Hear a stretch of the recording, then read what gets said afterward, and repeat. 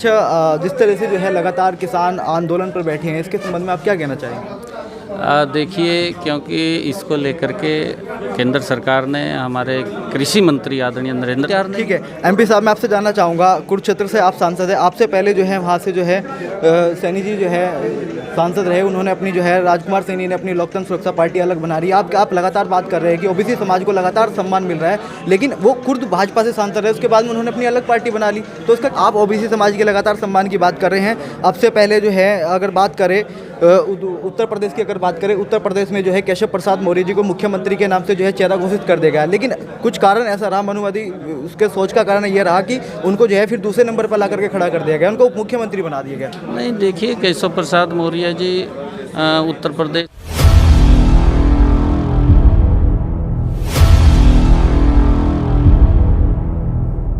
नमस्कार, स्वागत है आपका ब्रेकिंग प्लस न्यूज़ में। मैं हूं आपके साथ में सूर्यवंशी मोहन सोनी। आज हमारे साथ में बात करने के लिए मौजूद है कुरुक्षेत्र से जो सांसद हैं नायब सिंह सैनी जी, हमारे साथ में बात करने के लिए मौजूद हैं। तो सर, स्वागत है सबसे पहले आपका। नमस्कार।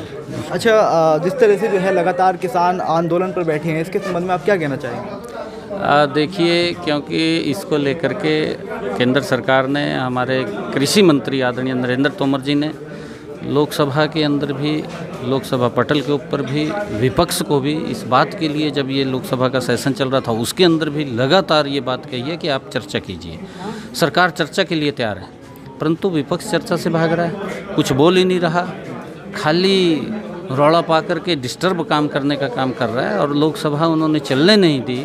इसके कारण से देश के जो हमारे माननीय सांसद हैं, उनके क्षेत्रों की अपनी समस्याएं होती हैं, उन समस्याओं को उठाने का वो अवसर होता है, परंतु वो मौका भी विपक्ष ने नहीं दिया, क्योंकि उन्होंने अपने आप कुछ नहीं किया। और अगर आज नरेंद्र मोदी जी कुछ काम कर रहे हैं तो उसको भी नहीं करने दे रहे हैं। और किसानों को लेकर के आदरणीय हमारे नरेंद्र तोमर जी ने, उनके नेतृत्व के अंदर एक कमेटी भी बनी हुई है, उस कमेटी ने भी लगातार किसान कुछ जत्थेबंदियाँ जो संघर्षरत हैं, उन किसान जत्थेबंदियों को बुला करके वहाँ पर वार्ता के लिए लगभग 11 दौर की वार्ताएं की हैं, परंतु कोई उनका तरफ से कोई सुझाव तो आता नहीं है। वो तो एक बात बोलते हैं कि भाई इनको रद्द करो, इसके अंदर काला है। काला क्या है वो कम से कम बताएं तो भी इसके अंदर ये काला है। लगातार इस बात के लिए कहा गया भी अगर कोई एक भी शब्द कोई किसान के अहित के अंदर है, किसान के नुकसान के अंदर है, आप वो बताएं, उसको रिमूव किया जाएगा, परंतु वो बताने के लिए कोई तैयार नहीं। ठीक है, एमपी साहब, मैं आपसे जानना चाहूँगा, कुरुक्षेत्र से आप सांसद हैं। आपसे पहले जो है वहाँ से जो है सैनी जी जो है सांसद रहे, उन्होंने अपनी जो है राजकुमार सैनी ने अपनी लोकतंत्र सुरक्षा पार्टी अलग बना रही है। आप लगातार बात कर रहे हैं कि ओबीसी समाज को लगातार सम्मान मिल रहा है, लेकिन वो खुद भाजपा से सांसद रहे, उसके बाद में उन्होंने अपनी अलग पार्टी बना ली। तो उसका क्या कारण रहा? देखिए, व्यक्ति की अपनी कुछ इच्छाएँ होती हैं, उसकी अपनी कुछ इच्छाएँ होंगी, और लोकतंत्र है, लोकतंत्र के अंदर जिस व्यक्ति की अपनी इच्छाएं होती हैं उसको तो कोई रोक ही नहीं सकता है। उसके तो आप क्या कहेंगे, इससे ओबीसी समाज को जो है कहीं ना कहीं नुकसान मिलेगा? नहीं, देखिए, इससे कोई नुकसान नहीं मिलने वाला है, क्योंकि व्यक्ति जो अपनी इच्छाएं पालता है, वो अपनी इच्छाएं हैं उसकी, वो अपने तरीके से काम करता है। आप ओबीसी समाज के लगातार सम्मान की बात कर रहे हैं। आपसे पहले जो है अगर बात करें उत्तर प्रदेश की, अगर बात करें, उत्तर प्रदेश में जो है केशव प्रसाद मौर्य जी को मुख्यमंत्री के नाम से जो है चेहरा घोषित कर दिया गया, लेकिन कुछ कारण ऐसा रहा, मनुवादी उसके सोच का कारण ये रहा कि उनको जो है फिर दूसरे नंबर पर ला करके खड़ा कर दिया गया, उनको उप मुख्यमंत्री बना दिया गया। नहीं, देखिए, केशव प्रसाद मौर्य जी उत्तर प्रदेश के उप मुख्यमंत्री हैं और बहुत मजबूती से काम कर रहे हैं, और ओबीसी का वो एक बड़ा चेहरा है, और लगातार उनके पहले भी ओबीसी का चेहरा है, इसीलिए जो है ओबीसी वर्ग ने उनको वोट किया था कि मुख्यमंत्री जो है, उप मुख्यमंत्री केशव प्रसाद जी मौर्य के नाम पर जो है वोट हुआ था, लेकिन जो है उनको जो है दूसरे नंबर पर ला दिया गया। इससे भी ओबीसी समाज में कहीं ना कहीं बहुत बड़ा रोल। देखिए, वो भारतीय जनता पार्टी के प्रदेश अध्यक्ष भी रहे हैं, और क्योंकि प्रदेश अध्यक्ष के नेतृत्व के अंदर ही सभी चुनाव लड़े जाते हैं। यहाँ पर भी जो प्रदेश अध्यक्ष हैं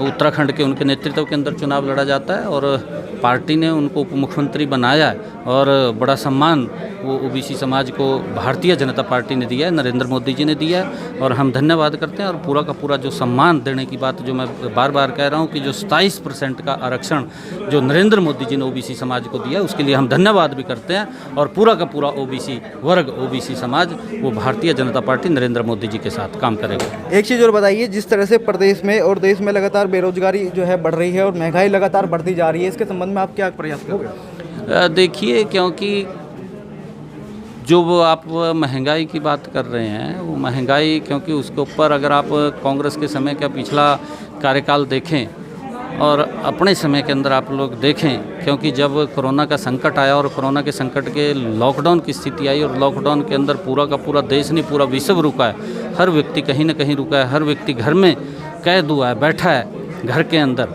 और वो काम पर भी नहीं जा सकता, कोई श्रमिक भी काम पर नहीं जा सकता था, कोई छोटा दुकानदार अपनी दुकान नहीं खोल सकता था, हर व्यक्ति प्रभावित हुआ है। उस स्थिति के अंदर भी देश के प्रधानमंत्री नरेंद्र मोदी जी ने देश के अंदर एक भी व्यक्ति को भूखा नहीं रहने दिया, क्योंकि उन्होंने इस बात की चिंता की। एमपी साहब, आपको इस बात की चिंता नरेंद्र मोदी जी ने की है कि देश के अंदर पूर्व में भी विश्व के अंदर ये वैश्विक संकट आते रहे हैं। अगर हम इतिहास उठा करके देखेंगे तो बीमारी से कम और भूखमरी से ज़्यादा लोग गए हैं, परंतु नरेंद्र मोदी जी ने भूख से एक भी व्यक्ति नहीं मरने दिया और मात्र 8 महीने के अंदर वो वैक्सीन भी बना करके देश के लोगों के लिए फ्री में देने का काम किया है। तो ये